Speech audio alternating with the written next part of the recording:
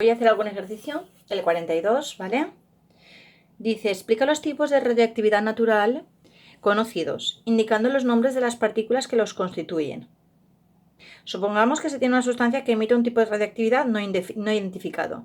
Describe brevemente alguna experiencia que se podría realizar para identificar de qué tipo de emisión radiactiva se trata. Vale, primero, vamos a explicar los tipos de radiactividad natural. La radiactividad natural es aquella radiactividad que existe en la naturaleza sin intervención humana.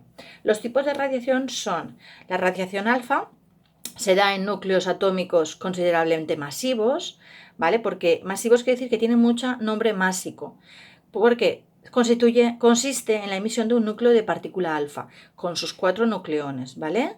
Por tanto, se produce sobre todo en núcleos bastante masivos, ¿vale? El esquema sería esto, ¿vale? Por generalizar un poco, Z-2, A-4, liberando la partícula alfa. Después está la radiación beta menos, que es la que me dicen en el libro, ¿vale? Aunque os he dicho, existe la beta más, pero no se produce en la naturaleza de forma natural, ¿vale? Si habéis buscado, si buscáis, simplemente se produce, así como la radiactividad beta menos se produce en núcleos inestables que tienen un exceso de neutrones, ¿vale? Que hay una relación de neutrones barra protones bastante elevada. Recordad que todo esto está relacionado con esta gráfica que tenemos aquí.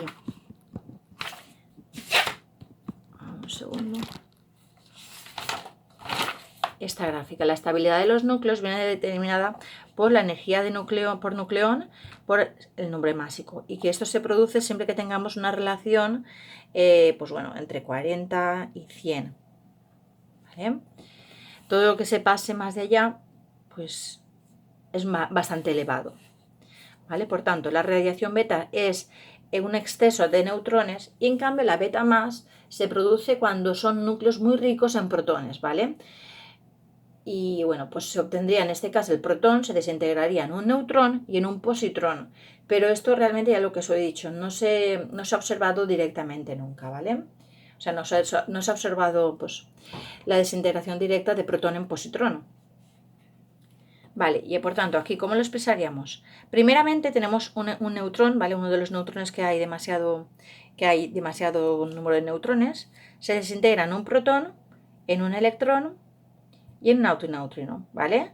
Y lo que es lo mismo, ya lo ponemos aquí, en la Z y en la A, ¿vale? Donde pasamos a un elemento, un átomo con una Z más, además de liberarse un electrón y el antineutrino, ¿vale? Es decir, primero que se vea el esquema de que el neutrón se desintegra con un protón, un electrón y un antineutrino.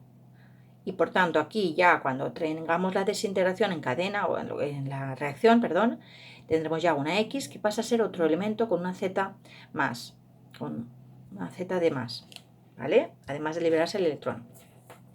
Después está la radiación gamma.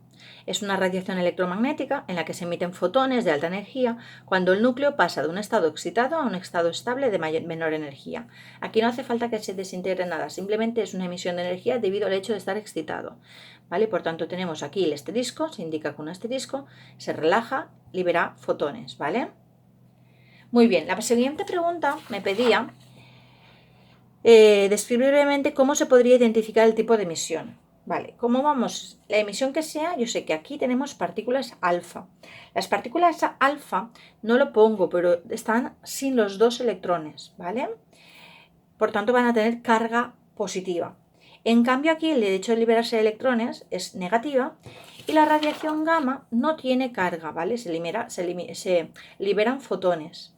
Por tanto, lo explicamos. Para identificar estas radiaciones podemos hacerlas pasar por un campo eléctrico.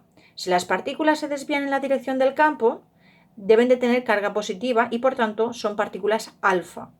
Recordad que cuando vimos el campo eléctrico, la fuerza eléctrica era igual a carga por campo eléctrico, ¿vale? Estaría bien añadirlo aquí. Por tanto, si la carga es positiva, si el campo eléctrico, si la partícula se desvía en la misma dirección y sentido que el campo eléctrico, es porque la carga es positiva y deduciríamos que son partículas alfa.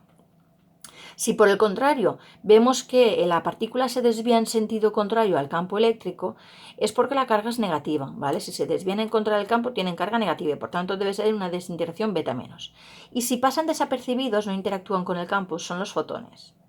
Y después aquí indico que también se puede usar un campo magnético en vez de un campo eléctrico y aplicar entonces la ley de Lorentz de la fuerza magnética es a Q por V por B, con el mismo sentido de la regla de la mano derecha, ¿vale?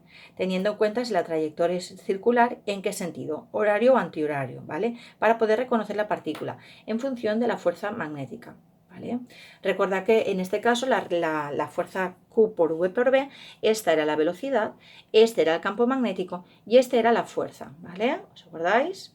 Y que si la velocidad va hacia la derecha, el campo magnético está entrando a la hoja y la partícula se describe hacia arriba, es decir, haría un movimiento antihorario, porque va hacia allá pero se sube, pues en este caso sería positiva, una partícula alfa.